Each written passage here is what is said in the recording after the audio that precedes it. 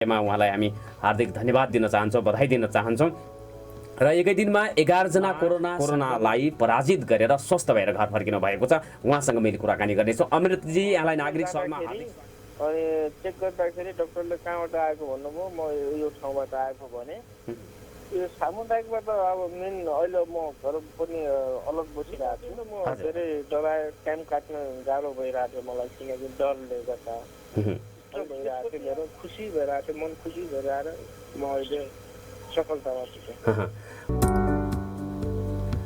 आदरणीय श्रोता, हार्दिक नमस्कार छ। कार्यक्रम नागरिक सवालमा म नारायण औस्ती, प्रविधिमा साथ दिँदै हुनुहुन्छ आरडी राणा, नवीन सदाशङ्करजी।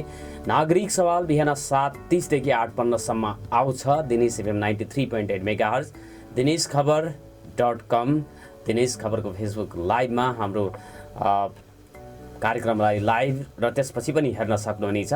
र केही समयका लागि हामीले यस कार्यक्रमको समयावधि बढाएका छौँ र आजभोलि हामीले 9 बजीसम्म यस कार्यक्रमलाई लम्ब्याउने गर्दछौँ र विभिन्न विषय वस्तुहरूमा हामी कुराकानी गर्ने, छलफल बहस गर्ने गर्दछौँ। र आजको बसाइमा मैले कोरोना विजेता एकजना हुनुहुन्छ। सुदूरपश्चिममा सबैभन्दा पहिला उहाँमा सङ्क्रमण देखिएको थियो। धनगढी उपमहानगरपालिका वार्ड नम्बर 5 का स्थानीय अमृत साईजीसँग कुराकानी गर्नेछौँ कार्यक्रमको सुरुमै। उहाँले 30 दिनपछि कोरोनालाई पराजित गर्नुभएको छ र स्वस्थ भएर घर फर्किनु भएको छ। यो विषयमा उहाँलाई हामी हार्दिक धन्यवाद दिन चाहन्छौँ, बधाई दिन चाहन्छौँ। र एकै दिनमा 11 जना कोरोना सङ्क्रमित हिजो मात्रै देखा परेका छन् नेपालमा र यो सँगै कोरोना सङ्क्रमितको सङ्ख्या 42 जना पुगेको छ। यो धरानमा परीक्षण गर्दाखेरि 8 जना र त्यसपछि बाँकी काठमाडौँमा परीक्षण गर्दाखेरि कोरोना भाइरसको सङ्क्रमण देखा परेको। सुदूरपश्चिमको हकमा 5 जनामा सङ्क्रमण देखिएको थियो। 2 जना निको भएर फर्किसक्नु भएको छ। 1 जना अस्ति मात्रै र हिजो अमृत साईजी फर्किसक्नु भएको छ। र योसँगै अगाडि मैले यहाँलाई जोडेँ, डडेलधुरामा अस्पतालमा कार्यरत डाक्टर गोविन्द केसीले सरकारी गाडीमा बिरामीलाई बोकिदिनको लागि आग्रह गरेका छन्। निःशुल्क रूपमा बिना कुनै पैसा लिइकन डडेलधुरा अस्पतालमा सेवा दिइराखेका डाक्टर केसीले स्थानीय तह अथवा सरकारी निकायहरूसँग भएका गाडीहरू प्रयोग गरेर बिरामीहरूलाई ओसार पसार गरिदिनको लागि अनुरोध गरेका छन्। यातायात क्षेत्र ठप्प भएको अवस्थामा बिरामीहरूले 20-30 हजार रुपैयाँ तिरेर आउनुपर्ने स्थिति छ, जसले गर्दाखेरि विभिन्न परिवारलाई अप्ठ्यारो परेको स्थितिलाई मध्यनजर गरेर सरकारी निकायलाई बिरामीहरूको ओसार पसार गरिदिनको लागि अनुरोध गरेका छन् र यसतर्फ सबैको ध्यान जाओस् भनेर म यस कार्यक्रमबाट पनि अनुरोध गर्न चाहन्छु। कुराकानीको लागि हामीसँग अमृत साईजी चाहिँ जोडिसक्नु भएको छ। उहाँले 30 दिनमा कोरोनालाई पराजित गरेर स्वस्थ भएर घर फर्किनु भएको छ। उहाँसँग मैले कुराकानी गर्नेछु। अमृतजी, यहाँलाई नागरिक सवालमा हार्दिक स्वागत छ। नमस्कार। नमस्ते सर। सर्वप्रथम यहाँलाई हार्दिक बधाई छ। कोरोनालाई पराजित गर्न सक्नु भएको छ 30 दिनपछि। यो अवस्थामा हामी तपाईँलाई धेरै धेरै बधाई दिन चाहन्छौँ। ठिकठाक हुनुहुन्छ नि? अलिकता जोरले बोलिदिनु होला, तपाईँको आवाज हाम्रा श्रोताहरूले पनि सुनुन्। हजुर अमृतजी, यो चाहिँ तपाईँ युएईबाट फर्किनु भएको थियो तपाईँको चैत 7 गते। यो चाहिँ 7 गते आएर तपाईँ 11 गते सेती प्रादेशिक अस्पतालमा चाहिँ परीक्षण गर्न जानुभयो। त्योभन्दा अगाडि केही अप्ठ्यारो त्यस्तो हुँदाखेरि तपाईँलाई लागेको थियो कि कतै यो चाहिँ कोरोना त भइहाल्यो कि भन्ने आशंका मनमा थियो कि थिएन त्यति बेला? त्यो आशंका मलाई के थिएन सर। 2 दिन अगाडि मलाई ज्वरो भइरहेको थियो। ज्वरो भएर अनि 1 घन्टा जति पछि ठिक भयो। त्यो मैले मालिस गर्दाखेरि ठिक भयो। अनि 2 दिनपछि म हस्पिटल जाँदाखेरि अनि चेक गर्दाखेरि डाक्टरले कहाँबाट आएको भन्नुभयो, म यो ठाउँबाट आएको भने भन्दाखेरि तपाईँले त यतै क्वारेन्टाइनमा बस्नुपर्छ, तपाईँले सब टेस्ट लिनुपर्छ भनेर भन्नुभयो। अनि लिँदाखेरि अनि 3 दिनपछि पोजिटिभको रिपोर्ट आउँदा अनि तपाईँको पोजिटिभ आयो भनेर भन्नुभयो। अनि म लगातार 11 गतेदेखि हिजोसम्म उतै हस्पिटलमै बसिरहेको छु। अब यो सोच्दै नसोचेको तपाईँ युएमा चाहिँ कोरोना सङ्क्रमण बढ्दैछ भनेर अब सुरक्षित हुन आफ्नो घर आउनुभयो। घर आइसकेपछि त्यो चाहिँ सङ्क्रमण देखा परेको पुष्टि हुँदाखेरि तपाईँको मनोबल त्यति बेला कस्तो थियो? 2-4 दिन त मेरो मनोबल धेरै गिरेको थियो। अब विश्वमा महामारीको रूपमा फैलिएको यो रोग मलाई पनि केही भइहाल्छ कि भनेर धेरै आत्तिएको थियो 2-4 दिन आत्तिएपछि यसो न्युजहरू यताउता बुझ्दाखेरि यो रोग त के नहुँदो रहेछ, यसलाई त बुझ्न सकिन्छ, इम्युनिटी पावर बढेको भए बढाउने अनि पछि मनोबल बढायो भने यो रोग आफै हराउँछ भनेर बुझ्दा हुँदाखेरि मैले मनोबल पनि उच्च राखेँ, इम्युनिटी पावर पनि त्यस्तै खानेकुराहरू खाएँ मैले, अहिले जित्नमा सफल भएँ म। यो चाहिँ मनोबल उच्च राख्नु पर्दो रहेछ यो बिरामीसँग लड्नको लागि। उस्तो स्पेसिफिक यसको उपचार पद्धति पनि छैन।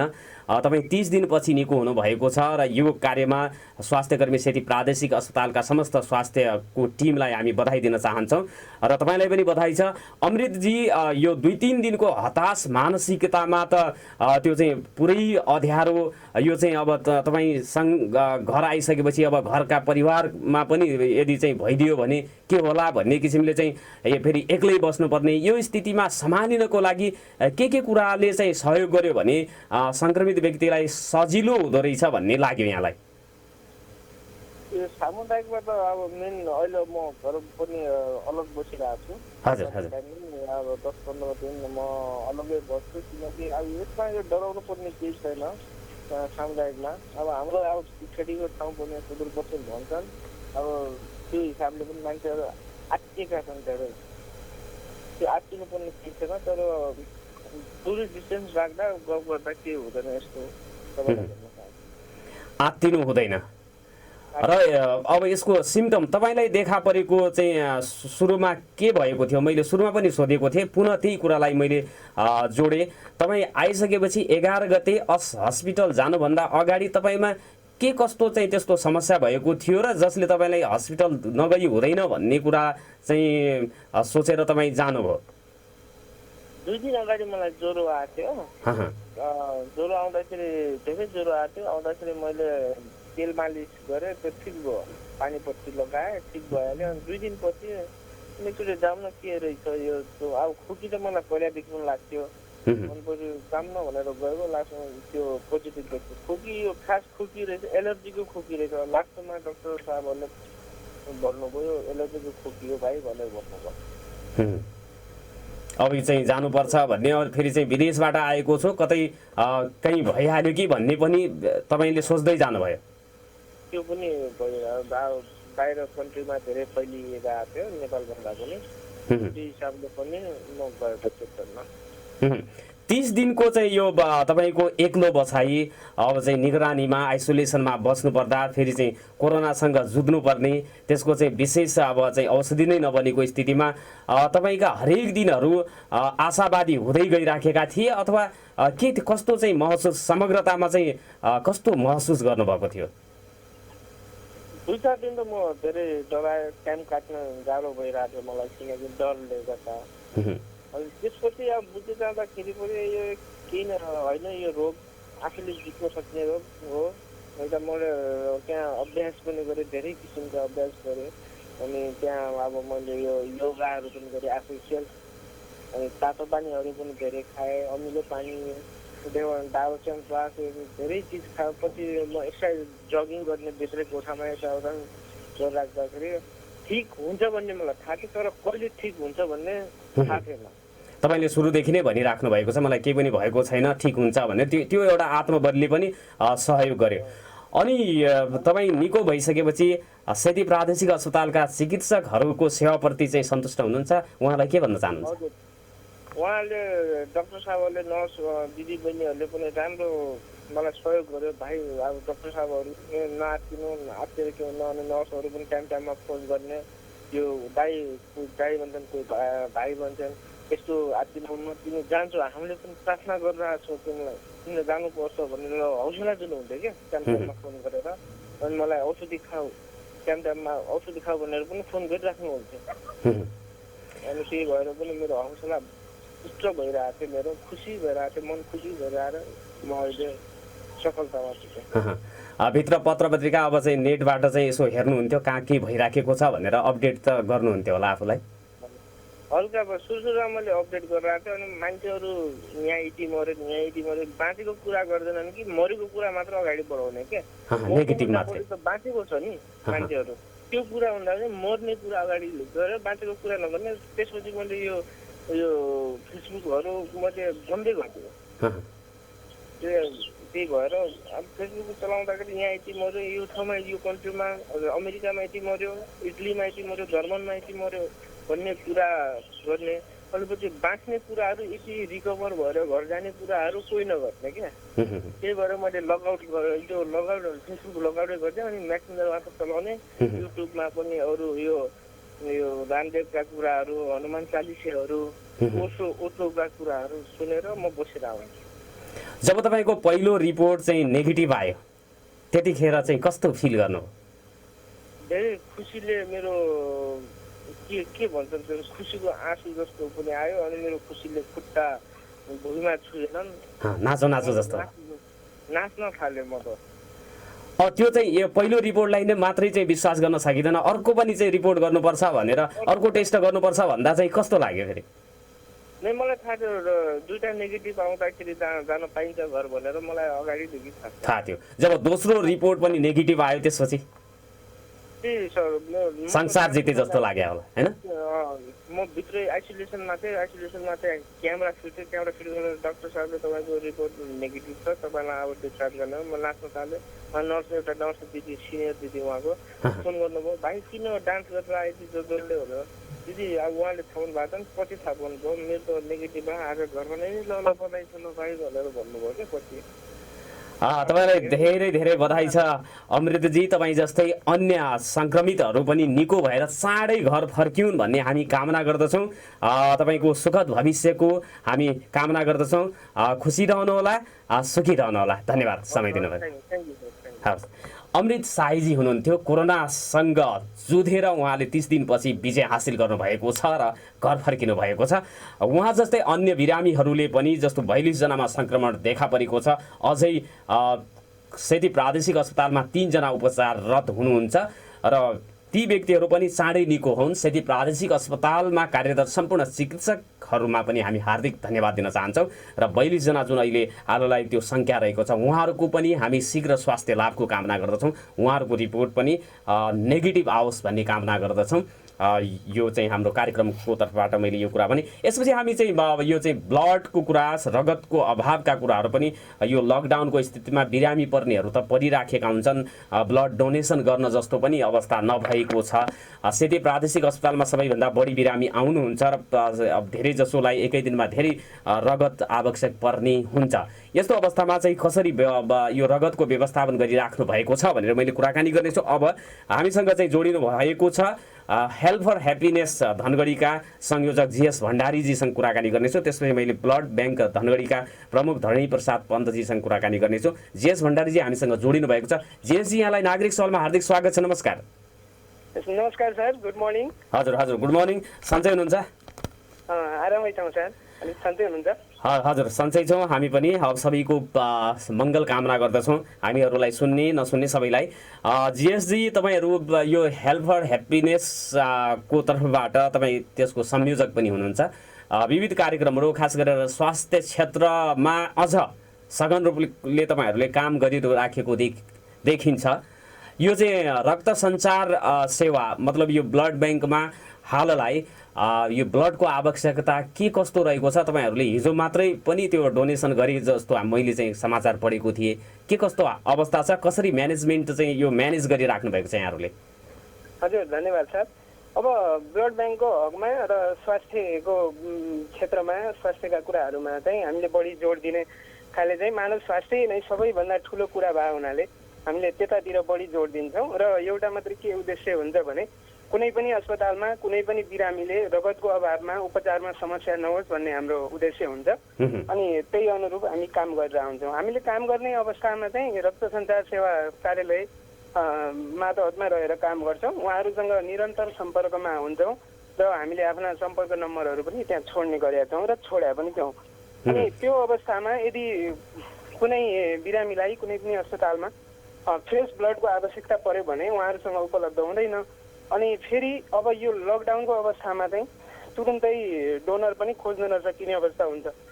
त्यही भएर हामीले टिम मार्फत ब्लड ग्रुपहरू सङ्कलन गरेका छौँ र त्यो राखेछौँ। अनि त्यही आवश्यकता पऱ्यो भने स्थानीय प्रशासनको सम्पर्कमा रहेर उहाँहरूलाई जानकारी गराएर हामीले रक्त सञ्चार सेवा केन्द्रसम्म गएर ब्लड डोनेसन गर्ने गरेका छौँ। हिजो मात्रै पनि तपाईँको समूहले डोनेसन गरेको छ, कति गर्नु भएको छ? अब हिजोसम्मको हकमा चाहिँ हामीले 5 जना बिरामीलाई यो लकडाउनको अवधिमा 7 दिन ब्लड चाहिँ उपलब्ध गराएका छौँ। हामीले बिरामीको अवस्था हेरेर पनि ब्लड डोनेसन गर्ने गरेका छौँ। अति आवश्यक र आवश्यक बिरामीलाई हेर्छौँ। यस्तो अवस्थामा हामीले अति आवश्यक र तुरन्त ब्लडको अभावमा उपचारमा समस्या भइहाल्ने टाइपका बिरामीहरूलाई बढी जोड दिएका छौँ। यसो किन गऱ्यौँ भने अब सामान्य तरिकाका लागि पनि केही दिनपछि गरेर हुनेवाला खाले सामान्य रोगले ग्रसित बिरामी हुनुहुन्छ भने उहाँलाई चाहिँ केही पर्खाएर भए नि गर्न सकिन्छ। तर जटिल केसका बिरामीहरूलाई चाहिँ त्यो पर्खाउने अवस्था हुँदैन।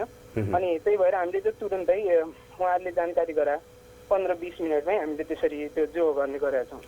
यो चाहिँ रक्त सञ्चार सेवा धनगढी ले पनि तपाईँहरूको बारेमा जानकारी छ अथवा कुनै बिरामीको आफन्तले तपाईँहरूलाई सम्पर्क गर्यो भने त्यो चाहिँ रगत आवश्यक परेको रगतको चाहिँ जोहो गर्न तपाईँहरूले सहयोग गर्न सक्नुहुन्छ?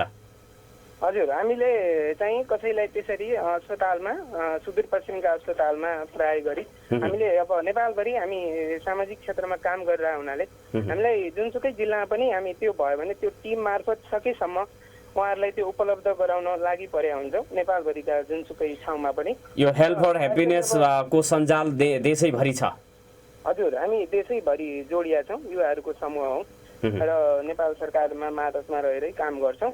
अनि त्यहीमा चाहिँ हामीले कुन जिल्लाबाट कसको कहाँ भयो भनेर ग्रुप मार्फत यदि आयो भने अनि त्यसमा चाहिँ हामीले उहाँहरूलाई त्यो ठाउँको खबर गरेर अनि त्यसरी उपलब्ध गराउने गरेका छौँ। सुदूरपश्चिमको हकमा चाहिँ यहाँका अस्पतालबाट आउने त्यस्ता बिरामीको समस्यामा चाहिँ हामीले सञ्जालमा जोडिया हुनाले ग्रुप मार्फत उहाँहरू हामीले त्यो डोनेसन गरेका कार्यक्रमहरूमा फलोअप गरिराख्नु हुने रहेछ र उहाँलाई जानकारी पनि हुने रहेछ उहाँहरू मार्फत गयो भने सजिलो हुन्छ भनेर।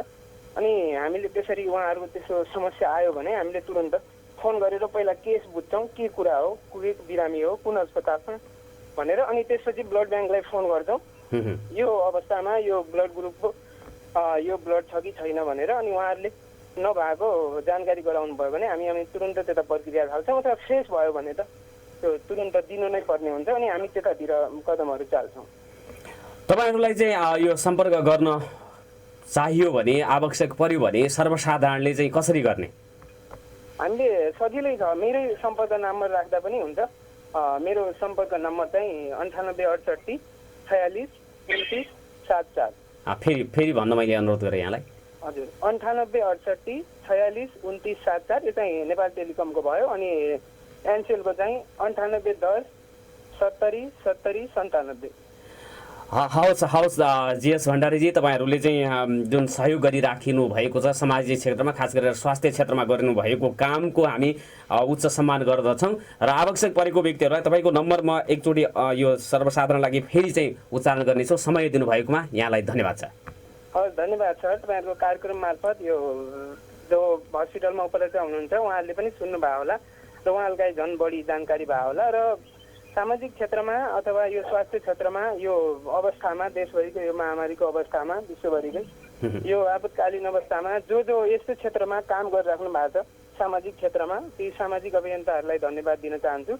र सबैले आफ्नो आफ्नो ठाउँबाट प्रयास गरिराख्नु भएको छ, त्यो एउटा राम्रो काम पनि हो र सबैलाई यस कार्यका लागि धन्यवाद दिन चाहन्छु। र तपाईँले पनि केही कुरा राख्ने अवसर दिनुभएकोमा धन्यवाद दिन चाहन्छु। हवस्, धन्यवाद। आदरणीय श्रोता, उहाँ हुनुहुन्थ्यो हेल्प फर ह्याप्पिनेस धनगढीका संयोजक जीएस भण्डारी। उहाँसँग मैले कुराकानी गरेँ र उहाँलाई सम्पर्क गर्नको लागि सर्वसाधारणले 98 68 46 29 74 उहाँको मोबाइल नम्बर रहेको छ, त्यसमा सम्पर्क गर्न सक्नुहुनेछ।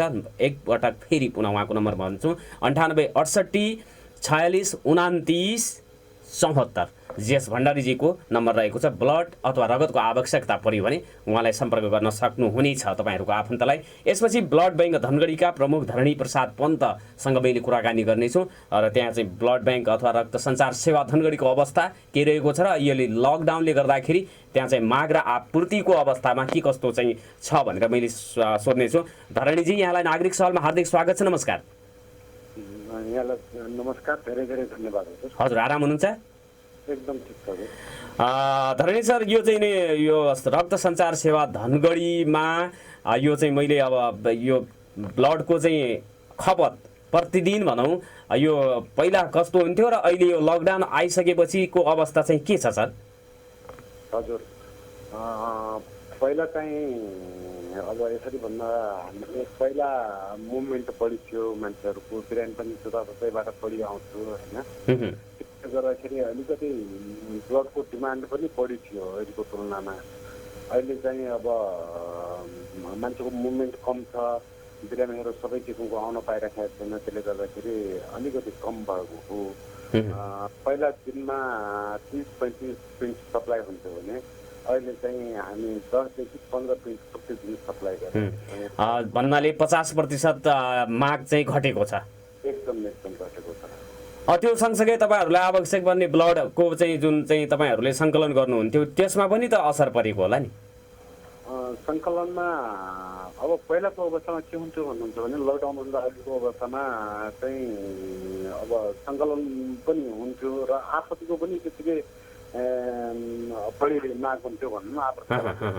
अब अहिले चाहिँ त्यो आपत्तिका लागि पनि माग कम नभएको र यो जुन कोभिड-19को यो कोरोनाको महामारी छ, यसले गर्दाखेरि यसलाई चाहिँ व्यवस्थित बनाएर हामीले पनि सेवा पुर्याउने एउटा उद्देश्यले के गरिरहेका छौँ भने बिरामीलाई ब्लड आवश्यक पर्यो भने उहाँहरूले अब तत्काल मान्छे पनि खोज्न सक्नुहुन्न र बिरामीको कहिलेकाहीँ यो ब्लड भन्ने कुरा त नपायो भने ज्यानमा नै तलमाथि हुने कुरा हुनसक्छ। त्यसैले गर्दाखेरि केही रक्तदाताहरूलाई हामीले कन्ट्याक्टमा राखेका छौँ, केही संस्थाहरूका प्रतिनिधिहरूसँग कुराकानी भएको छ र उहाँहरूलाई हामीले 2 किसिमबाट अहिले ब्लड सङ्कलन गर्ने गरेका छौँ स्वयंसेवी रक्तदाताबाट।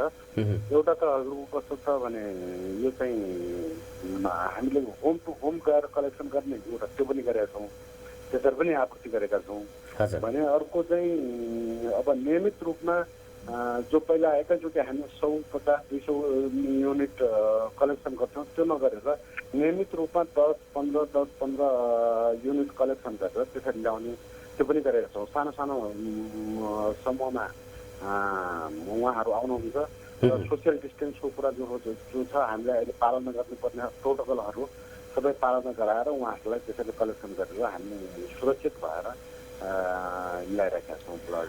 भनेपछि माग र आपूर्तिको जुन एउटा सन्तुलन मिल्नुपर्ने हुन्छ त्यो मिलिराखेको स्थिति छ, क्राइसिस चाहिँ छैन रक्त सञ्चार सेवामा? एकदमै अहिले कुनै क्राइसिस छैन। किन भन्दा सबैभन्दा पहिलो कुरा त क्राइसिस नहुनुको अहिलेको अवस्थाले गर्दा हो है। अहिले मान्छे बिरामी नै आउन पाइराखेको छैन सबै गाउँबाट, त्यसले गर्दाखेरि टाढाको मान्छेहरूलाई जब आउँछ यहाँ उहाँहरूलाई गाह्रो पर्ने हो। अब अहिले त्यो अवस्था पनि छैन, डिमान्ड नै कम भएको अवस्था छ पहिलो कुरा त। अनि दोस्रो कुरा हामीले कलेक्सनको लागि पनि कोअर्डिनेसन गरेका छौँ सबै संस्था यहाँका दाताहरू दाता समूहसँग। उहाँहरूले चाहिँ आएर समयमा आएर यहाँ रक्त सञ्चार सेवा केन्द्रमा पनि ब्लड डोनेसन गर्न सक्नुहुन्छ। उहाँलाई हामीले लैजाने र ल्याउने व्यवस्था एकातिर गरेका छौँ भने अर्कोतिर कसैले अब यहाँ आउन चाहनु भएन भने उहाँहरूलाई उहाँहरूको भनेको ठाउँमा गएर हामीले सुरक्षित तरिकाले सङ्कलन गरेर बिरामीलाई आपूर्ति गर्ने गरेका छौँ। एउटा कुरा मैले जोड्नै पर्ने हुन्छ, कहिलेकाहीँ कस्तो हुन्छ भने अभाव भन्ने कुरो हाम्रो जो यो अभाव पनि देखिन्छ, एउटा विशेष परिस्थितिमा अभाव देखिन्छ। त्यो कस्तो हो भन्दाखेरि कुनै बिरामीलाई प्लेटलेट चाहियो अथवा फ्रेस ब्लड चाहियो भने तुरुन्तै हामी गएर उहाँहरूले भनेको बेलामा, अब बिरामीको मान्छेको स्वार्थ कस्तो हुन्छ भन्नुहुन्छ भने उहाँहरू आत्तिरहनु भएको हुनुहुन्छ, उहाँहरूले धेरै कुराहरू थाहा पाएको हुँदैन। प्लेटलेट के हो, पिआरपी के हो भनेर डाक्टरले लेखेर दिनुहुन्छ, चिकित्सकले लेखेर दिएको कुरा उहाँहरूलाई बिरामीको मान्छेलाई त्यो कुरा बुझ्न गाह्रो हुन्छ होइन, टेक्निकल भाषामा लेखेको हुन्छ उहाँले। अब त्यो पिआरपी भन्ने कुरा हामीले तुरुन्तै ब्लड कलेक्सन गरेर मात्रै बनाउन सक्छौँ। त्यो कारणले गर्दाखेरि त्यति बेलामा कसैलाई अप्ठ्यारो पर्न सकेको हुन्छ, भनेकै बेलामा ब्लड नपाइएको हुनसक्छ। तर त्यस्तो इमर्जेन्सीमा पनि तपाईँहरूसँग लिस्ट हुन्छ, अब कसले दिन पाउँछ, अब सहजै दिन सक्ने पनि तपाईँहरूको सम्पर्कमा हुन्छन्, उहाँहरूबाट चाहिँ इमर्जेन्सीमा चाहिएको व्यक्तिलाई पनि व्यवस्थापन गर्न सकिने अवस्था चाहिँ छ धनगढीमा? छ, एकदम अहिले हामीले त्यो सबै गरेका छौँ। त्यो कस्तो छ भन्नुहुन्छ भने ब्लड डोनरको लिस्ट छ होइन, हामीले उहाँसँग कोअर्डिनेसन गरेका छौँ, विभिन्न समूहहरू छन्, संस्थाहरू छन्, उहाँसँग कोअर्डिनेसन गरेको छ। तर कस्तो भने अब अहिले बिरामीले लेखेर के अरे डाक्टरले लेखेर दिने बित्तिकै यहाँ चाहिँ पाउनुपर्छ भन्ने जुन बिरामीको मान्छेको मानसिकता हुन्छ त्यो बनाउनलाई त अब ब्लड डोनरले आउनु पर्यो होइन, अनि त्यहाँ कलेक्सन हुनु पर्यो, एउटा प्रोसिड्युर छ, टेस्टिङ गर्ने कुराहरू, त्यो सबै भइसकेपछि हामी उहाँहरूलाई इस्यु गर्ने। त्यो बेलामा अलिकति टाइम लाग्न सक्छ, त्यो टाइममा उहाँहरू आत्तिनुहुन्छ होइन, बिरामीको मान्छेहरू। त्यो आत्तिएको बेलामा हामीले अब उहाँहरूलाई सम्झाइ बुझाइ गरेर केही समय रुकाएर भए पनि हामीले उपलब्ध गराउने गरेका छौँ अहिले। हवस् हवस् धरणी सर, यो तपाईँले रक्त सञ्चार सेवाको बारेमा जानकारी गराइदिनु भयो, यसको लागि धन्यवाद दिन चाहन्छु यहाँलाई। यहाँलाई पनि धेरै धेरै धन्यवाद छ। आदरणीय श्रोता, जीएस भण्डारी र धरणी प्रसाद पन्त सरसँग कुराकानी गरे हामीले रक्त सञ्चार सेवाको बारेमा। छोटो व्यावहारिक विश्राम र टाइम चेकमा जानुपर्ने हुन्छ। त्यसपछि हामीले प्रदेश सभाका माननीय सांसद कुमारी नन्दा बमसँग कुराकानी गर्नेछौँ। जानकी गाउँपालिका वडा नम्बर 5 का वडा अध्यक्ष भीम बहादुर थारूसँग कुराकानी गर्नेछौँ। लकडाउन पछि क्वारेन्टिनमा दार्चुला महाकाली नगरपालिकाको महेन्द्र नमुना स्कुलमा क्वारेन्टिनमा बसेका ढिलासनी गाउँपालिकाका केही स्थानीयहरू हुनुहुन्छ, उहाँहरूलाई गाउँपालिकाले व्यवस्था गर्यो भनेर उहाँहरूले गुनासो गरेको छ। ती गुनासो गर्ने मध्येका एकजना दिपेन्द्र बहादुर नेगीसँग मैले कुराकानी गर्नेछौँ र त्यसपछि ढिलासनी गाउँपालिकाका अध्यक्ष उकेन्द्र बहादुर बोहराजीसँग कुराकानी गर्नेछौँ। त्यसै गरी वडा नम्बर 4 का वडा अध्यक्ष हरिदत्त पन्तजीसँग पनि कुराकानी गर्नेछौँ र प्रवासमा रहेका नेपाली दाजुभाइहरूसँग पनि मैले कुराकानी गर्ने प्रयास गर्नेछु र तपाईँहरूका लागि पनि टेलिफोन लाइन खुला गर्नेछु, हामीलाई सुन्दै गर्नु। अरे हो बाबु, डिस होमले त विदेशी डिटिएच सँग डिस होम।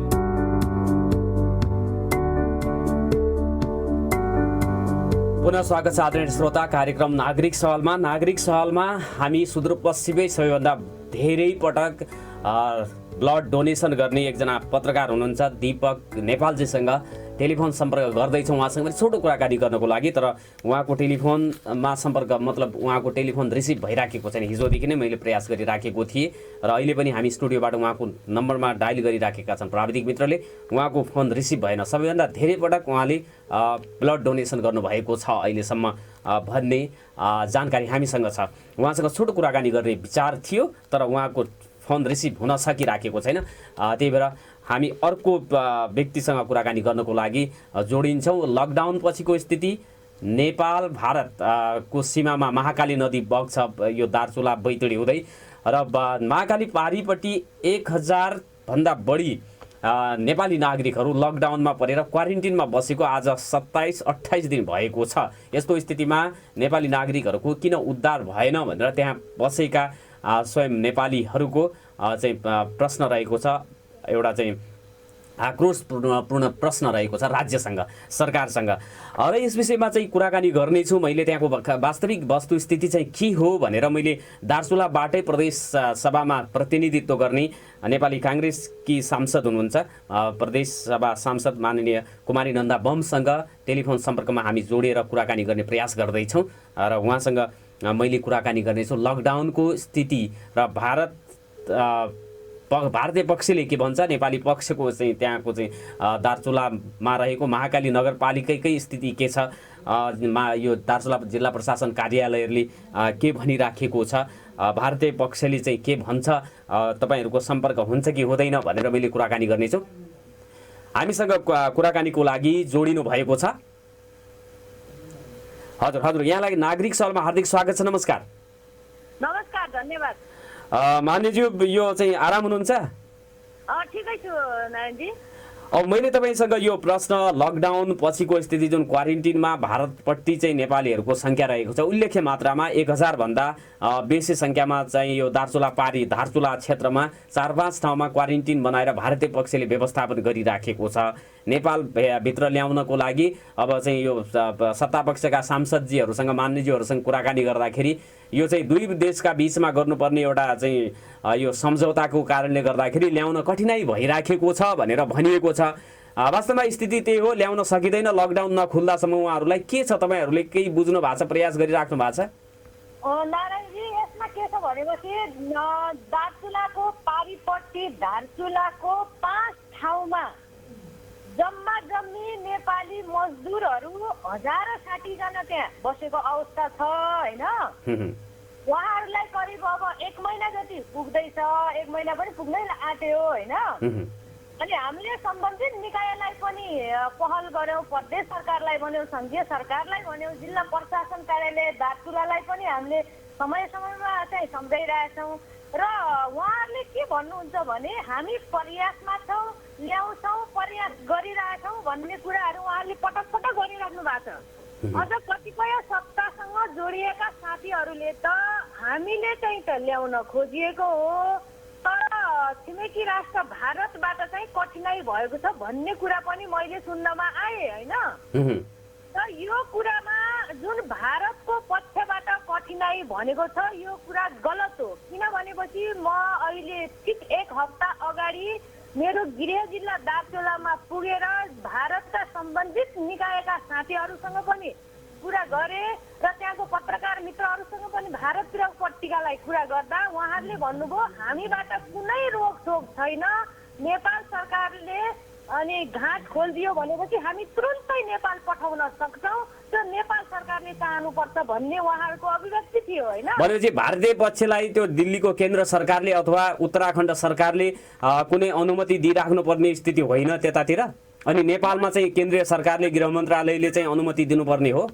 मैले चाहिँ त उत्तराखण्ड सरकारका केही व्यक्तिहरूसँग पनि कुरा गरे, उहाँहरूले नेपाल सरकारले चाहेको खण्डमा हामी रेडी छौँ, तयार छौँ भन्ने चाहिँ उहाँहरूबाट त्यस्तो अभिव्यक्ति आएको छ।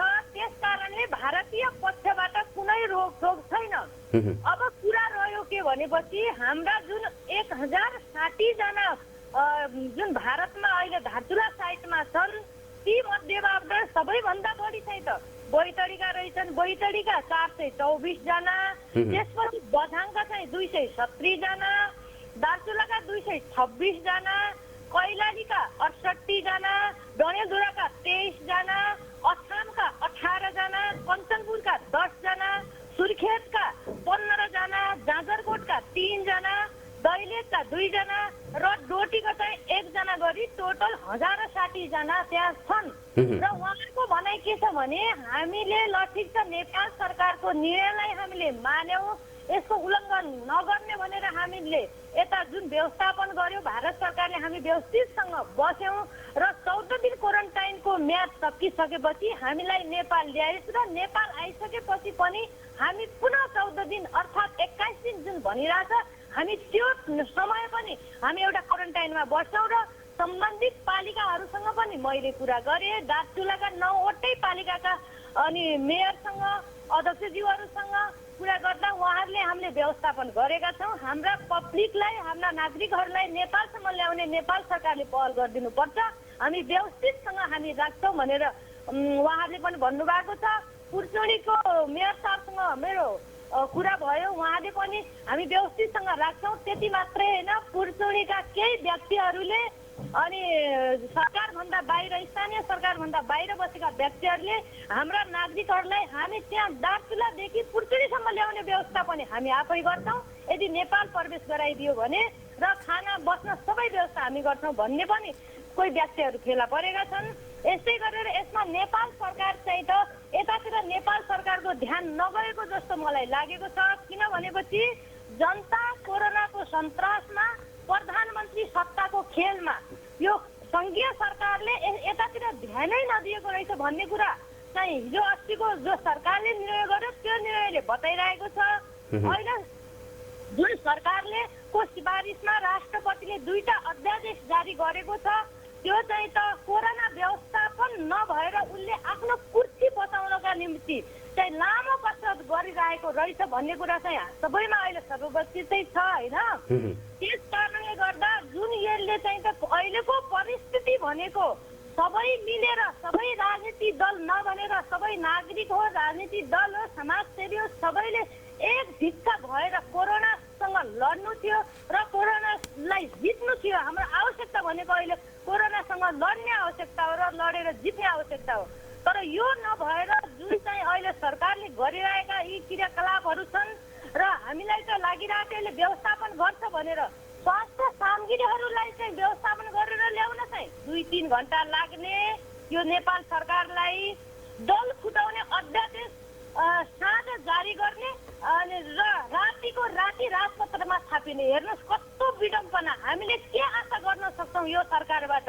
त्यसर्थ यो गम्भीर विषय अहिले अनि उठाएको छ र 2टा जुन चाहिँ त अध्यादेश ल्याएको छ यो सरकारले अलोकतान्त्रिक र असंवैधानिक। मान्यज्यू, सबैभन्दा बढी सुदूरपश्चिमकै नागरिकहरू लकडाउनमा परेका छन्। भारतको यो चाहिँ क्वारेन्टिनमा बसेको स्थिति छ सुदूरपश्चिमकै छन् हैन। यो त बनबसादेखि उता धारचुलासम्मको स्थिति हेर्ने हो भने जोलाघाटमा पनि 1000 यो चाहिँ धेरै सङ्ख्यामा चाहिँ त्यहाँ छन् 400-500। यो चाहिँ सुदूरपश्चिमको नेताहरू त सङ्घीय सांसद भएका पूर्व प्रधानमन्त्री पनि त यो विषयमा चुप्प लागेर बसेका छन् नि। तपाईँहरूकै पार्टीका नेताहरू, शेरबहादुर देउवा लगायतका नेताहरू पटक पटक हाम्रो चाहिँ केन्द्रीय कार्यालयबाट स्वयं अनि पूर्व प्रधानमन्त्री हाम्रो नेपाली काङ्ग्रेसको पार्टी सभापतिले यो कुराहरू उठाइराख्नु भएको छ। पटक पटक वीरेन्द्र प्रसाद बडुले उठाइराख्नु भएको छ। यहाँहरूले हेर्नु भएको छ। यहाँहरूकै इन्टरभ्यूमा पनि वीरेन्द्र प्रसाद बडुले पटक पटक भन्नु भएको छ। यो जग जाहेर नै छ। त्यसर्थ चाहिँ जुन सरकारको तर भन्ने मात्रै अब यो आश्वस्त पार्नको लागि कुराको लागि मात्रै कुरा गर्ने, तर त्यसको चाहिँ प्रभाव त देखिएन नि। आउनु पर्ने ल्याउनु पर्ने हो। अब 21 दिन भइसकेपछि त सुरक्षित तरिकाले क्वारेन्टिनमा बस्ने गरेर उहाँहरू हामीलाई लगेर घर जान दिनुहोस् पनि भनिराखेको छैनन्। तर त्यसमा न सत्ता पक्षकोले पहल गर्यो न चाहिँ प्रतिपक्षले पहल गर्यो।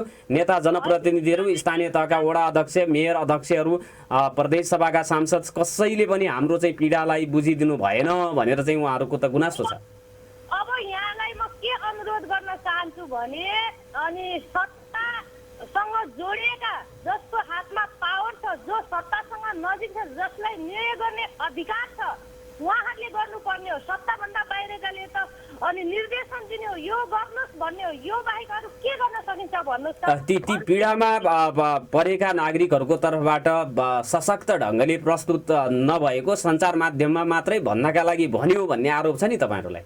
होइन, सशक्त ढङ्गबाट भनेको कस्तो यो कुरा मैले बुझ्न सकेन। स्वयं चाहिँ त प्रतिपक्षी गएर चाहिँ त साधन स्रोत प्रयोग गर्ने त प्रतिपक्षले होइन नि नारायणजी। यो त सरकार जस्तो काठमाडौँकै नागरिकहरूलाई हेर्ने हो भने वर्षमान पुनले आफ्नो रोल्पाली नागरिकहरूलाई गाडीको व्यवस्था गरेर सरासर चाहिँ घर पठाइराखेको स्थिति हैन। सुदूरपश्चिमका काठमाडौँमा पनि अलपत्र हुने, हिँडेरै चाहिँ आउनुपर्ने। अनि उता इन्डियाको चाहिँ पिथौरागढतिर पनि लकडाउन परेर क्वारेन्टिनमा चाहिँ त्यो चाहिँ लामखुट्टेलाई टोक्न दिने, जब झिङ्गा भन्काएर बसिराख्नुपर्ने। अनि यो चाहिँ अब रोल्पादेखि अथवा कर्णालीको पारीकोहरूले चाहिँ जे पनि गर्न पाउने, सत्तामा बसेकोले नबसेकोले। अनि यहाँकोले चाहिँ सत्तामा बसेकोले पनि केही नगर्ने, प्रतिपक्ष प्रमुख प्रतिपक्षी दलको चाहिँ संसदीय दलको नेतै पूर्व प्रधानमन्त्री नै भएको व्यक्तिले पनि कुछ नै गर्न नसक्ने चाहिँ यो कसरी भयो भन्ने प्रश्न छ नि। अब इन्डियामा बस्नेहरूको त त्यो छ, लकडाउनमा बस्नेहरूले त यही कुरा भनिरहेछन्। अस्ति मात्रै केही मजदुरहरू भोकै बाटोमा हिँड्दै गर्दा जुन चाहिँ त पानी खान नपाएर एउटा चौचौको भरमा धादिङतिर आएर त्यहाँका केही युवकहरूले चौचौ पानी दिँदै गर्दा हाम्रो चाहिँ पार्टी केन्द्र कार्यालयमा पदाधिकारीको बैठक बसेर तुरुन्तै चाहिँ त जुन ठाउँमा चाहिँ त भोका हिँडिरहेका जनता छन् उहाँहरूलाई खाना खुवाउने व्यवस्था भनेर हिजो मात्रै तपाईँले चाहिँ हेर्न सक्नुहुन्छ। कोवलपुरमा चाहिँ हाम्रा केही साथीहरूले खानासानाको व्यवस्था गरेको छ, चितवनमा केही खानाको व्यवस्था गरेको छ, बाटोमा तरुण दलले खाना खाने व्यवस्था गरेको छ। यो कुरालाई चाहिँ त छिटोभन्दा छिटो चाहिँ सरकारले गर्नु पर्दथ्यो र हाम्रा केही साथीहरूले नगरेको अवस्था होइन। यहाँहरूले सामाजिक सञ्जालमा पनि देख्न सक्नुहुन्छ। र बाँकी रह्यो के भनेपछि सुदूरपश्चिमलाई जुन चाहिँ त हेर्ने दृष्टिकोण, राज्यको दृष्टिकोण हो। अस्ति मात्रै हाम्रा सम्मानीय प्रधानमन्त्रीज्यूले भन्नुभएको कुरा यहाँहरूलाई पनि थाहा छ, सबैलाई थाहा छ। सुदूरपश्चिमेली जनताहरू उतौला भयो। के उतौला? भारतबाट नेपालमा आउनको लागि, आफ्नो घर आउनको लागि त्यो उतौलो भएको हो। के किरियापुत्रीहरूले चाहिँ आफ्नो आमा गुमाइरहेको छ, आफ्नो घरमा आएर सास किरिया गर्छु भन्नु के त्यो उतौलो हो? आफ्नो क्वारेन्टाइनमा आफ्नो स्थानीय तहमा म बस्छु भन्नु उतौलो हो? त्यसले गर्दा यी क्रियाकलापहरू हाम्रो सङ्घीय सरकारबाट भइरहेका छन्। हाम्रा साथीहरूले पहल गरिरहेका छन्, पटक पटक पहल गरिरहेका छन् र पार्टी सभापतिज्यूले पनि पहल गरिरहनु भएको छ। र यसमा चाहिँ हाम्रो कुनै कमी कमजोरी छैन नारायणजी। तपाईँ जत्तिकै पहल सरकारी पक्षले पनि गर्यो भने आउन सक्नुहुन्छ भन्ने विश्वास छ तपाईँहरूलाई? बिल्कुल नाकामा सरकारको नै आधिकारिक हुन्छ, इन्डिया सरकारसँग सरकारले नै डिलिङ गर्नुपर्ने हुन्छ। यस कारणले नेपालमा भित्राइदियो भने उहाँको जनताहरूको जिम्मा नेपाली कङ्ग्रेस लिन तयार छ, त्यहाँका पब्लिक लिन तयार छन्, त्यहाँका र स्थानीय तहहरू पनि क्वारेन्टिनमा बसाउनको लागि र जिल्ला प्रशासन कार्यालयहरू पनि तम तयार रहेको स्थिति चाहिँ पाउनु भएको छ यहाँले? बिल्कुल पाएको छु मैले। 9वटै हाम्रो दार्चुलाको पालिकाले त के पनि भन्नुभएको छ भने हाम्रो पालिकाका चाहिँ 50 जना छन्, अर्थात् 60 जना छन्, त्यो बाहेकका 30-40 जना अर्को जिल्लाको पनि हामी व्यवस्थापन गर्न सक्छौँ र यसलाई नेपालमा मात्र ल्याइदिनु पर्यो भन्ने कुराहरू दार्चुलाको पनि छ, बैतडीका साथीहरूको पनि छ, डडेलधुराका साथीहरू छन्। म अहिले चाहिँ एकदमै अपडेटमा छु, म कन्ट्याक्टमा छु। अस्ति भर्खर मात्रै मैले केही अनि पिपिईहरू, सेनिटाइजरहरू, स्वास्थ्य सामग्रीहरू दार्चुला बैतडीको जिल्ला हस्पिटलहरूमा वितरण गर्न जाँदा मैले त्यहाँ सिडिओ साहबसँग पनि बसेर आएको, त्यहाँ डिएसपी साहबसँग पनि सल्लाह गरेर आएको र हस्पिटलका साथीहरूसँग पनि बसेर आएको अवस्था हो। त्यस कारणले उहाँहरू तयार हुनुहुन्छ, सबै पालिकाका साथीहरू तयार हुनुहुन्छ, यसमा कुनै दुईमत छैन। हवस् मान्यज्यू, समय दिनु यसको लागि म धन्यवाद दिन चाहन्छु यहाँलाई। धन्यवाद यहाँलाई पनि। उहाँ हुनुहुन्थ्यो माननीय कुमारी नन्दा बम। उहाँसँग मैले कुराकानी गरेको थिएँ लकडाउनका कारण क्वारेन्टिनमा बसिराखेका नेपाली मजदुरहरू सीमामा, खास गरेर दार्चुला पारी, महाकाली पारी, जोलाघाटदेखि यो चाहिँ तपाईँको दार्चुलासम्मको क्षेत्रमा 1060 जना। जोलाघाटको सङ्ख्या फेरि फरक रहेको छ। दार्चुला पारी, दार्चुलाको मात्रै 1060 जना नेपालीहरू त्यहाँ मजदुरहरू लकडाउनमा परेको स्थिति छ। यसपछि कुराकानी गर्नको लागि लकडाउन भन्दा अलि अगाडि चाहिँ आउन पाएर त्यो चाहिँ महाकाली नगरपालिका दार्चुला खलङ्गा स्थित महेन्द्र नमुना माविको क्वारेन्टिनमा बसिराखेका डिलासेनी गाउँपालिकाका एकजना स्थानीय हुनुहुन्छ। उहाँको समूह चाहिँ त्योभन्दा बढी छ, तर एकजनासँग मैले कुराकानी गर्नेछु। दिपेन्द्र बहादुर नेगीजीले मलाई नम्बर दिनुभएको छ, उहाँसँग मैले कुराकानी गर्नेछु। उहाँलाई कति दिन भयो, के छ अवस्था, गाउँपालिकाले के कस्तो गरिराखेको छ भनेर मैले सोध्नेछु। दिपेन्द्रजी, नागरिक सहलमा यहाँलाई हार्दिक स्वागत छ। नमस्कार। नमस्कार हजुर। अलि जोरले बोलिदिनु होला है त। हजुर नमस्कार। म दिपेन्द्र नेगी बोलिरहेको छु। हजुर दिपेन्द्रजी, सन्चै हुनुहुन्छ? सन्चै छु हजुर। हजुर सन्चै हुनुहुन्छ? हजुर ठिक छौँ हामीहरू पनि। अनि क्वारेन्टिनमा बस्नु भएको छ महेन्द्र नमुना मावि खलङ्गामा? हजुर। कतिजना हुनुहुन्छ सबै त्यहाँ? सबै अहिले हजुर हामी 10 जना पहिला आएको छौँ र 8 जना हामीभन्दा अगाडिका थिए र अहिले 9 जना आज बिहान 6 बजेसम्म यहाँ उपस्थित भएका छन्। 9 जना कहाँदेखि आयो फेरि? यहाँको मैले परिचय थाहा पाइनँ र यहाँ अहिले बसिरहेछन्, एकछिनपछि परिचय थाहा पाइनँ। नाका त बन्द छ, ट्युब तरेर आयो, महाकाली तरेर? महाकाली तरेर आएछन् हजुर। ट्युबमा होइन? हजुर। अब ट्युबमा आउनेलाई छुट छ होइन, जोखिम मोलेर त्यसपछि पुलको चाहिँ ढोका नखोलिदिने भयो तपाईँहरूलाई। तपाईँ त ट्युब तरेर आउनुभयो कि त्योभन्दा पहिले नै आएर बस्नुभयो? म ट्युब तरेर आएको। हामी पनि हजार रुपियाँ आइसी दिएर यहाँसम्म आएको, आफ्नो ज्यानलाई जोखिममा हालेर होइन, आफ्नै ठाउँमा बस्ने, आफ्नै ठाउँमा जे जस्तो भए पनि आफ्नै ठाउँमा बस्ने भनेर हामी उताबाट भागी। भनेपछि 1600 रुपियाँ चुना लगाएर आउनेलाई स्वागत छ, अनि अब नियमका आधारमा चाहिँ पुल तरेर आउँछौँ भन्नेलाई बन्देज भयो। ल यो बेग्लै कुरा हो होइन। अब त्यो हामी खुलोस् भनेर त्यो कामना गर्न चाहन्छौँ। दिपेन्द्रजी, तपाईँलाई लगायत तपाईँ 10 जना हुनुहुन्छ भन्ने खबर छ हामीलाई। तपाईँ हिजोसँग मात्रै कुरा भएको थियो। डिलासेनी गाउँपालिकाको कति दिन भयो तपाईँहरूलाई क्वारेन्टिनमा बसेको? आज 6 दिन भयो र मैले गाउँपालिकासम्म पनि पहल चालेको, फोन गरेको, तर कसैले पनि हामीलाई नटेरेको भनौँ कि के भनौँ होइन। सबैको आफ्नो जो आफ्नो वडा अध्यक्ष भनौँ न, त्यहाँका जनप्रतिनिधिहरूले सबैले आफ्नो मान्छे सबैले लगिसके, तर मैले भनेपछि तपाईँहरूसँगै आउने अन्य दार्चुलाको हकमा र अन्य जिल्लाको पनि स्थानीय तहहरूले आफ्नो नागरिकहरूलाई आफ्नै गाउँपालिका नगरपालिकामा क्वारेन्टाइनमा राख्ने भनेर लग्यो, डिलासैनीले मात्रै लगेन भन्ने गुनासो हो तपाईँहरूको? हजुर हजुर त्यस्तै हो। र यहाँ मैले फोन गर्दा पनि यहाँहरूले कसैले हाम्रो बारेमा केही पहल नचालेको पनि गुनासो छ। हामी 10 जना हुनुहुन्छ डिलासैनीको? 10 जना, पुरै 10 जना छ। अध्यक्ष उकेन्द्र बहादुर बोहरा हुनुहुन्छ, उहाँलाई फोन गर्नु भएन? उहाँ त अहिले बित्नु भइसक्यो अरे भन्ने सुनेको छु। उहाँ त हाम्रो अध्यक्ष के भयो?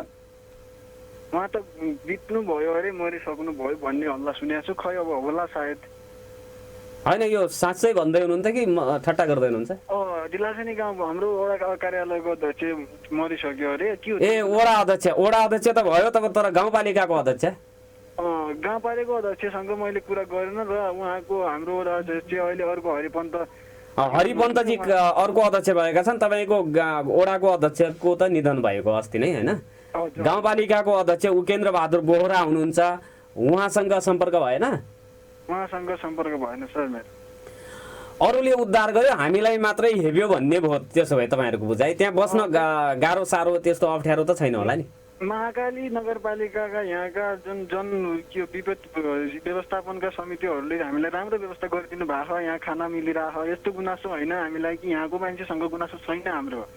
यति हो कि हाम्रो अब यहाँका मान्छेहरूले के भन्छन् भने तपाईँको गाउँपालिका भनौँ अथवा तपाईँ जनप्रतिनिधिहरू कसैले यदि हजुरलाई पहल चालेपछि यहाँबाट मगाएपछि अथवा फोन गरेपछि हामीले यहाँबाट पठाइदिन्छौँ भन्ने यहाँको सुझाव सल्लाहहरू यहाँले हामीलाई दिइराख्नु भएको। के गरिराख्नु कस्तो गरिराख्नु कसैले त भन्यो तिम्रो पार्टी के हो र कुन पार्टीमा हुनुहुन्छ भन्ने कुरा पनि त्यहाँबाट आयो र हामीले के भन्यो अहिले पार्टी हेऱ्यो भने त जनताहरू के गर्छन् हजुर नै भनिदिनु सर।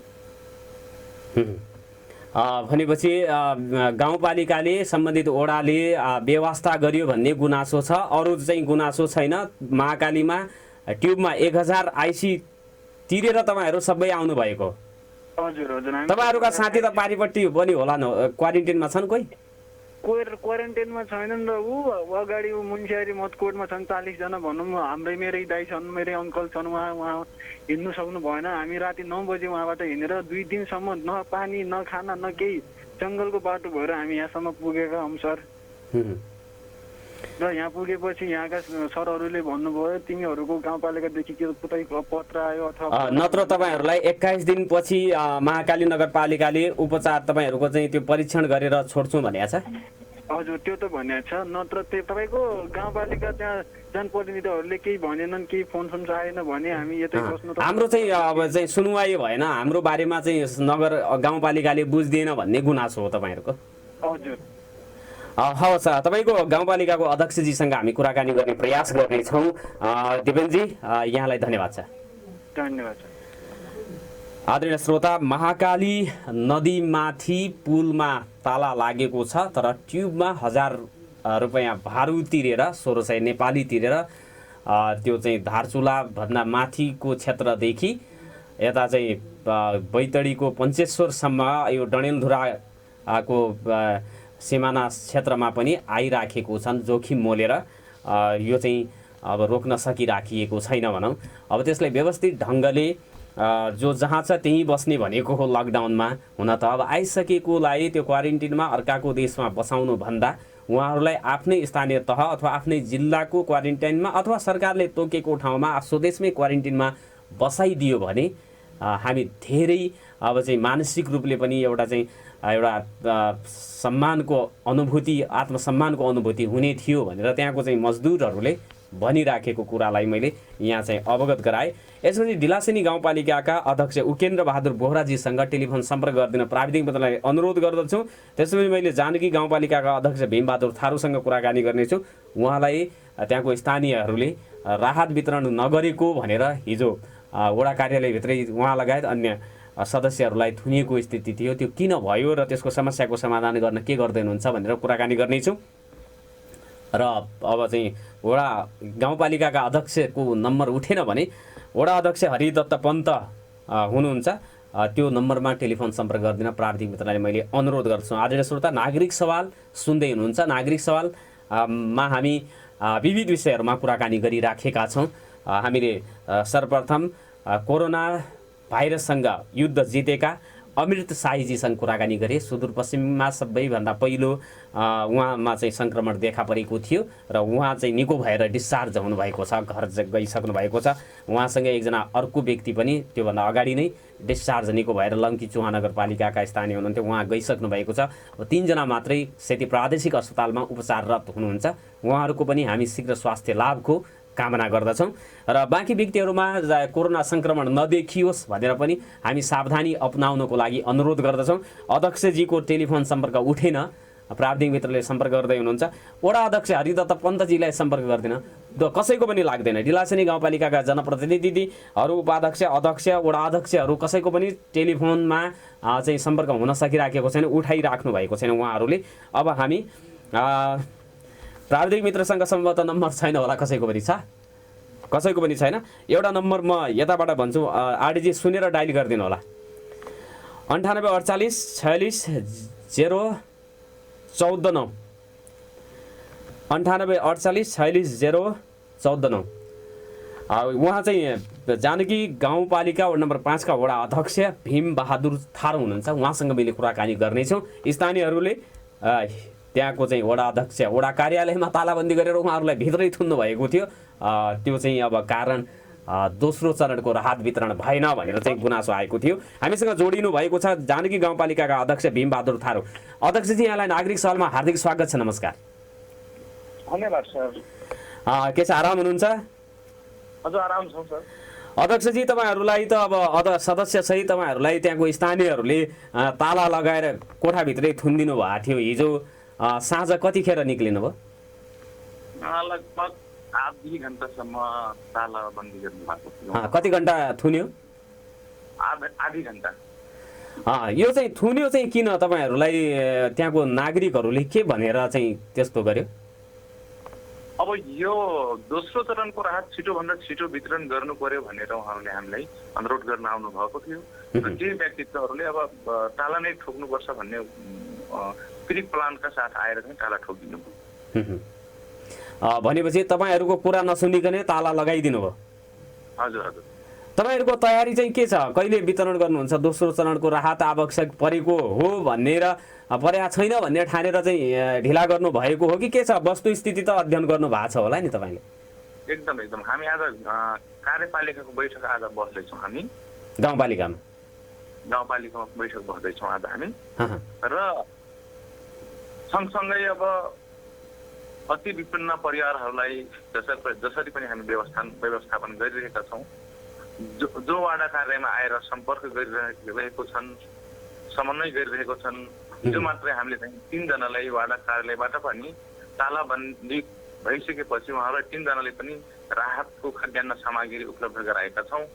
जो अति विपन्न परिवार छन् छुटेको, पहिलो चरणमा नपाएको, उहाँहरूलाई पनि हामी वाडा कार्यालयमा आउनुहोस्, समन्वय गर्नुहोस्, वर्गहरूको सिफारिसमा आउनुहोला, हामी तपाईँहरूलाई खाद्यान्न सामग्री दिन्छौँ भनेर हामी सबैले जानकारी गराइरहेका छौँ। र हिजोको तालाबन्दीमा आउनु भएको साथीहरूलाई म के आग्रह गर्न चाहन्छु भने कम्तीमा तालाबन्दीले निकास हुँदैन। हामी कस्ता किसिमका मान्छे हौँ भन्ने किसिमले सबैले सोचिदिनुपर्छ। हाम्रो कारणले जो एकदमै अति विपन्न परिवार छन् उहाँहरूको पेटमा लात हाने जतिकै। भनेपछि ताला लाउन आएका मान्छेहरू राहत माग्न नआएर तपाईँहरूसँग प्रतिशोध साध्न आएका हुन् भन्ने हो तपाईँहरूको भनाइ?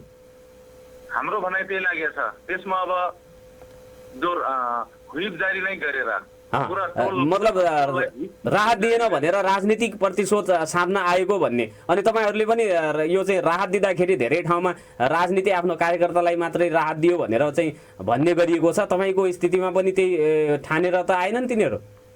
नै, हामी त्यस्तो गरिरहेको छैनौँ।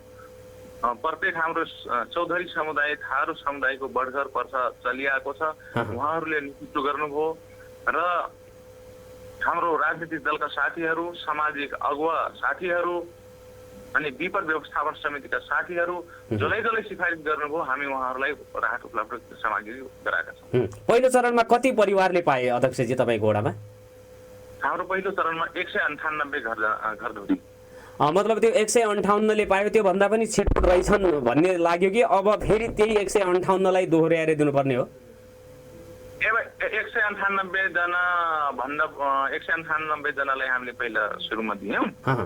अब अझै पनि केही छुटपुट भएको छ। हामीले फर्म भर्दाखेरि 519 जनाको फर्म भर्यौँ र त्यसमा छानबिन गरेर पठाउँदाखेरि 262 जनाको गाउँपालिकामा फारम पठाएको। 262लाई 75% पहिलो चरणमा गाउँपालिकाले 75% खाद्यान्न सामग्री पठाएको। कति दिनुभएको थियो? दाल चामलको क्वान्टिटी भन्न मिल्छ? मिल्छ, किन मिल्दैन? कति? अब यो एक देखि 4 परिवारसम्मलाई 20 किलो चामल, 1 किलो नुन, 1 किलो दाल 1 लिटर तेल, डिपी साबुन र 5 परिवारदेखि 10 परिवारसम्म यसको ठिक डबल र 10 भन्दा माथि 50 किलो चामल, त्यो क्वान्टिटी सबै अनुसार सबै अलिअलि बढाएको छ। त्यो आधारले दिनुभएको छ। आज कार्यपालिकाको बैठक बस्छ र कार्यपालिकाको बैठक बसेपछि दोस्रो चरणमा पनि त्यही मापदण्ड लागू हुन्छ होला नि, के छ तयारी तपाईँहरूको? अब यो कार्यपालिकाको छलफलमा बसौँला। छलफल पहिलो चरणमा गरेको क्रियाकलापको समीक्षा गरिन्छ। समीक्षा पश्चात कुन काम राम्रो भयो, कुन काम नराम्रो भयो समीक्षा गरेर मात्रै यो हामी चाहिँ दोस्रो चरणको राहत वितरण हामी गर्छौँ। गाउँघरतिर त सजिलो छ। अब बटघरहरू तपाईँहरूको भलमन्सा लगायतको चाहिँ संयन्त्र हुन्छ, त्यसले वास्तविक चाहिँ राहत पाउनेहरूलाई सिफारिस गरेको होला। त्यो भएको कारणले गर्दाखेरि तपाईँहरूलाई त यो वितरण गर्न सजिलो भयो होला नि। एकदमै। अब बटगर्दीहरूले धेरै सहयोग गर्नु भएको छ उहाँहरूलाई। तर के भयो भने उहाँहरूलाई पनि अहिले यो राहतको विषयलाई लिएर बटगर्दीहरूलाई पनि धेरै भ्रमित बनाइराख्नु भएको छ। बटगर्दीहरूलाई धम्काइराख्नु भएको छ। हामीले पाएनौँ, बटगर्दीले आफ्नो मान्छेलाई दियो भन्ने किसिमको कुरा बटगर्दीहरूलाई चाहिँ आरोप लगाइराख्नु भएको छ। भनेपछि यो राहत चाहिँ अब जसलाई आवश्यक थिएन उसले पनि पाउनुपर्छ भन्ने किसिमको एउटा त्यो भयो। अर्को कुरा चाहिँ त्यहाँनिर यो प्रतिशोध पनि साध्नुपर्छ, कसैलाई नङ्ग्याउने, कसैलाई त्यो चाहिँ खुइल्याउने किसिमको चाहिँ अब वातावरण पनि सिर्जना गर्नुपर्छ भन्ने गलत राजनीतिक संस्कारले गर्दाखेरि पनि यो समस्या भइराखेको हो भनेर भनिन्छ। यसमा के सहमति हुनुहुन्छ तपाईँ? यसमा यो गलत हामीले अहिलेको यो महामारीको समयमा कसैले राजनीति नगरिदिनुहोस्। सबभन्दा ठुलो, सबभन्दा मानवताको विषय जोडिएको छ यहाँ। जो मान्छे भोकमरीले मरिरहेको छ उसको पेटमा कसैमा चाहिँ राजनीति नगरिदिनुहोस्। जसको घरमा जे छ त्यहीमा सन्तुष्ट बस्नुहोस्। जो भोकमरीले मरिरहेको छ उहाँहरूलाई त नेपाल सरकार, हामी जनप्रतिनिधिको जिम्मेवारी पनि हो र हामी सँगसँगै सबैको जिम्मेवारी पनि हो। ल उसले पायो भने हामीले पनि सन्तुष्ट भएर बसिदिनुपर्छ भन्ने किसिमका त सबैले बुझिदिनु पर्ने हो। हामी जनप्रतिनिधि हामी त्यहाँ वितरण गर्न जान्छौँ। घर घरमा वितरण गर्न गएको बेलामा उहाँहरूले चाहिँ अनेक थरीका उसलाई दिनुभयो, हामीलाई किन दिनु भएन, विभिन्न बहाना, विभिन्न नहुने कुरामा गाली गर्नुहुन्छ। उहाँहरू चाहिँ नहुने चिज भन्नुहुन्छ। यो अब अलि चाहिँ यो समुदायले पनि यो चाहिँ गाह्रो छ। यो चाहिँ राजनीति गर्न निकै नै अप्ठ्यारो छ। फेरि हामीसँग राजनीतिक संस्कार पनि चाहिँ त्यति समृद्धशाली छैन अध्यक्षजी। यो सबै कुराहरू मिलाउनु होला। अब चाहिँ यो तालाबन्दी गर्नुपर्ने नै स्थिति आउन नदिनु होला। अब तपाईँले नेतृत्व गरिराख्नु भएको छ वडामा, तपाईँको कार्यपालिकाले वास्तविक चाहिँ पीडितहरू, वास्तविक राहत पाउने व्यक्तिहरूलाई राहत दियोस् गाउँपालिकाभरि नै, यो चाहिँ कामना गर्दछौँ। समय दिनुभयो यसको लागि धन्यवाद दिन चाहन्छु। एकदम यसमा चाहिँ कार्यपालिका सबैको सहयोग हुनेछ। सम्पूर्ण वासीहरूले सहयोग गर्नु हुन यसै सञ्चार माध्यमबाट अनुरोध गर्न चाहन्छौँ। र यो हामीले चाहिँ जो आफ्नो घरमा जे छ त्यहीमा सन्तुष्ट हुनुहोस्। जो भोकले मरिरहेको छ उहाँहरूको निम्ति सबैले सहयोग गर्नका लागि म सबैसँग अपिल गर्न चाहन्छु। र यसमा चाहिँ तालाबन्दी गरेर कसैको समस्याको समाधान नहुने म जानकारी पनि गराउन चाहन्छु। हवस् अध्यक्षजी, समय दिनुभयो, धन्यवाद यहाँलाई। आदरणीय श्रोता, उहाँ हुनुहुन्थ्यो जानकी गाउँपालिका वडा नम्बर 5 का अध्यक्ष भीमबहादुर थारूजीसँग मैले कुराकानी गरेको थिएँ। र राहतको सन्दर्भमा जोसँग छ अलिकति भने नमागिदिनु होला भनेर अनुरोध गर्दछौँ। अब यो राहत चाहिँ जसलाई कुनै अब त्यो अन्य सम्भावनाहरू छैनन् उसले चाहिँ राहत माग्ने हो। यसपछि मैले तपाईँहरूको लागि टेलिफोन लाइन खुला गर्नेछु। 091-410-216 को लाइनमा फोन गर्नुको लागि म आदरणीय श्रोताहरूसँग अनुरोध गर्दछु। तपाईहरुले आफ्नो अनुभवहरू, आफ्नो अवस्था के रहेको छ, राहतको कुरा पनि यहाँनिर चाहिँ जोड्नुपर्ने आवश्यक हुन्छ। हिजो मात्रै मैले नेपाल सरकारका उपसचिव रेशमलाल कडेलको नम्बर उपलब्ध गराएको थिएँ केही चाहिँ राहत नपाएका व्यक्तिहरूलाई। उहाँले एसएमएस गरिसकेपछि त्यसको रिप्लाई के पाउनु भयो, यदि सुनिराख्नु भएको छ भने त्यसमा केही प्रगति भएको छ कि भनेर मैले सोध्न चाहन्छु। एकजना कलर आइसक्नु भएको छ। यहाँलाई नागरिक सवालमा हार्दिक स्वागत छ। नमस्कार। नमस्कार, म देवरिया 7 धनगढीबाट हो। देवरिया 7 धनगढीबाट को बोल्दै हुनुहुन्छ? म युवराज सुवेदी हो। हजुर सुवेदीजी, के भन्न चाहनुहुन्छ? अलि जोरले भनिदिनु होला। हिजो मैले कडेलजीको उता सुनेको थिएँ होइन? हजुर हजुर, उहाँ मेसेज गर्नुलाई भन्नुभएको थियो। म पनि यहाँ भाडामा बस्ने मान्छे हो। हजुर हजुर, मेरो 4 जना परिवार छु हामी यहाँ होइन। अब हजुरको 1 महिना जति भइहाल्यो बन्दले गर्दा। अब मैले केही जति मसँग थियो सिद्धिहाल्यो। मैले उहाँलाई हिजो मेसेज पनि गरेको थिएँ। म तपाईँको फोनबाट उनको लाइन अफ हुने बित्तिकै मैले उहाँलाई मेसेज गरेको थिएँ। अहिलेसम्म उहाँको रिप्लाई पनि आएको छैन, न उहाँले मलाई कसैको नम्बर पनि दिनुभएको छ, केही छैन। यसरी म हजुरलाई फोन गर्न कारण मलाई यो 7 नम्बरको वडा अध्यक्ष र हाम्रो भेट साहबको नम्बर दिन सक्नुहुन्छ कि भनेर फोन गरे हो। ए त्यो चाहिँ रेशमलाल कडेलजीको रिप्लाई आएको छैन। तपाईँको नाम पनि म टिपिहाल्नु। भोलि चाहिँ रेशमलालजीसँग हामी फेरि पुनः चाहिँ यो कुराको चाहिँ कम्प्लेन गर्न सजिलो। के सुवेदी भन्नुभयो? युवराज सुवेदी। हेमराज? युवराज जीवराज होइन? हजुर, जीवराज सुवेदी। हजुर, धनगढी 7 बाट होइन? हजुर, देवरिया। हजुर, धनगढी 7। तपाईँलाई चाहिँ वडा अध्यक्ष सीताराम राणाजीको नम्बर चाहिएको हो? हजुर, मैले उहाँ अरू मान्छेलाई पनि मैले साथीहरूलाई सोध्न लगाएको थिएँ। हाम्रो यो 98 लेख्नुहोस् म तपाईँलाई भन्छु। 98 65 98 65 88 88 57 57 57 07 07। हाम्रो मेयर साहबको मेयर साहबको चाहिँ नि 98 58 98 58 42 42 30 74 30 74 30 है 30 74 30 74। हजुर सर, यो नम्बर रहेको छ। तपाईँले फोन गर्नुभयो, गुनासो टिपाउनु भयो, यसको लागि धन्यवाद छ यहाँलाई।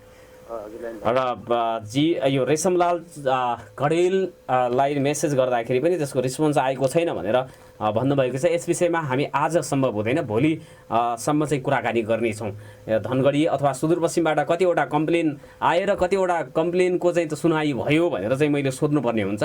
भोलिको कार्यक्रममा सम्भवतः त्यो कुरा चाहिँ हामी गर्नेछौँ। 091 को लाइन यहाँहरूको लागि खुला रहेको म जानकारी गराउन चाहन्छु।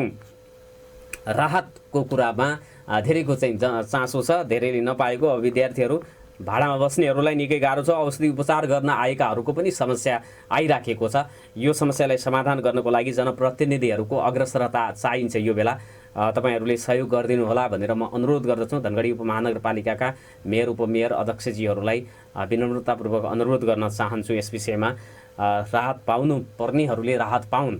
उहाँहरूको चाहिँ अन्य बसाइसराईका कागजहरू चाहिँ नखोजिदिनु होला भनेर म अनुरोध गर्न चाहन्छु। मेसेन्जरमा पनि मैले कुराकानी गर्ने भनेर भनेको छु। प्रवासमा रहनुभएका केही साथीहरू मैले उहाँहरूसँग कुराकानी गर्नको लागि खोज्दैछु। उहाँहरूलाई सबै अफलाइनमा देखिनुहुन्छ। यस्तो स्थितिमा कुराकानी गर्न अलिक गाह्रो हुन्छ भन्ने मलाई लागेको छ। हंसराज खड्काजी लगायतको केही जनाहरूसँग मैले कुराकानी गर्छु भनेर भनेको थिएँ। तपाईँहरूको मेसेन्जर कल आयो भने पनि त्यसलाई मैले रिस्पोन्स गर्नेछु। छोटो व्यावहारिक विश्राममा जाउँ। व्यावहारिक विश्रामपछि तपाईँहरूको फोन कल आयो भने गर्नेछौँ, नत्र हामी कार्यक्रमको चाहिँ टुङ्ग्याउनेछौँ। कार्यक्रमलाई हामीलाई सुन्दै गर्नुहोला। बनेको छ हाम्रो Hyundai परिवार सबको छ। पुनः स्वागत छ आदरणीय श्रोता। कार्यक्रम नागरिक सवालमा नागरिक सवालको उत्तरार्धतिर आइपुगेका छौँ। हामी 9 बजेसम्म कार्यक्रम चलाउँछौँ भनेर भनेका छौँ। 8:43 भइसकेको छ। त्योभन्दा अगाडि पनि हामीलाई कार्यक्रम छोड्न सक्ने सुविधा रहेको जानकारी गराउँदछौँ। खासमा हाम्रो कार्यक्रम 7:30 देखि 8:15सम्मको हो र यो बिचमा हामीले विभिन्न विषय प्रसङ्गहरूमा कुराकानी गरिराखेका छौँ। डाक्टर गोविन्द केसीले एम्बुलेन्सहरू पनि अब चाहिँ सीमित सङ्ख्यामा रहेको स्थिति, यातायात क्षेत्र चाहिँ ठप्प भएको अवस्थामा डडेलधुरा अस्पतालमा उहाँ चाहिँ उपचार गरिराख्नु भएको छ निःशुल्क रूपमा, अथवा यो चाहिँ कुनै पनि तलब सुविधा नलिइकन उहाँले चाहिँ सेवा गरिराख्नु भएको छ। हात जोड्ने विशेषज्ञ हुनुहुन्छ र यो अवस्थामा विभिन्न दुर्घटनामा परेर बिरामीहरू अब हात जोड्नेकै पनि हुन सक्छन्, अन्य चाहिँ बिरामी पनि भएर आउनुपर्ने हुन्छ। यस्तो अवस्थामा यो चाहिँ निजी सवारी साधनहरूलाई 15-20 हजारमा चाहिँ बुकिङ गरेर आउनु पर्दाखेरि गरिब वर्गलाई अझ यसले मार्का परेको अवस्थामा अहिले त चाहिँ प्रत्येक गाउँपालिका स्थानीय निकायहरूसँग पनि सरकारी साधनहरू सवारी साधनहरू रहेको अवस्था छ। त्यसै गरी अन्य सरकारी निकायहरूसम्म पनि गाडी रहेको छ। ती गाडीहरूलाई ती चाहिँ गरिब व्यक्तिहरूलाई अस्पतालसम्म ल्याइ पुर्याइदिनको लागि प्रयोग गरिदिए पछि साह्रै राम्रो हुन्थ्यो भनेर उहाँले चाहिँ व्यक्तिगत रूपमा एउटा विज्ञप्ति निकाल्नु भएको छ।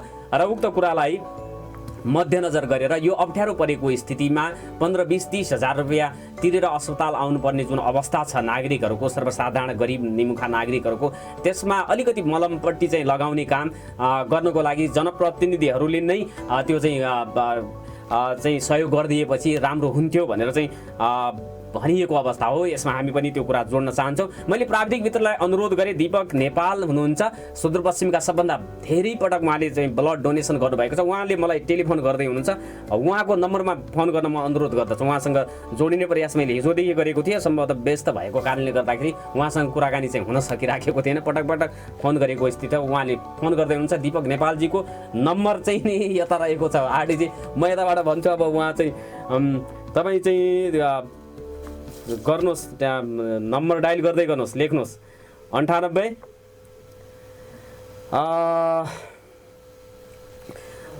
मैले उहाँको नम्बर भन्दैछु 98 58 420 515 उहाँको सुदूरपश्चिममा सबैभन्दा बढी ब्लड डोनेसन गर्ने व्यक्ति हो र उहाँ पत्रकार पनि हुनुहुन्छ।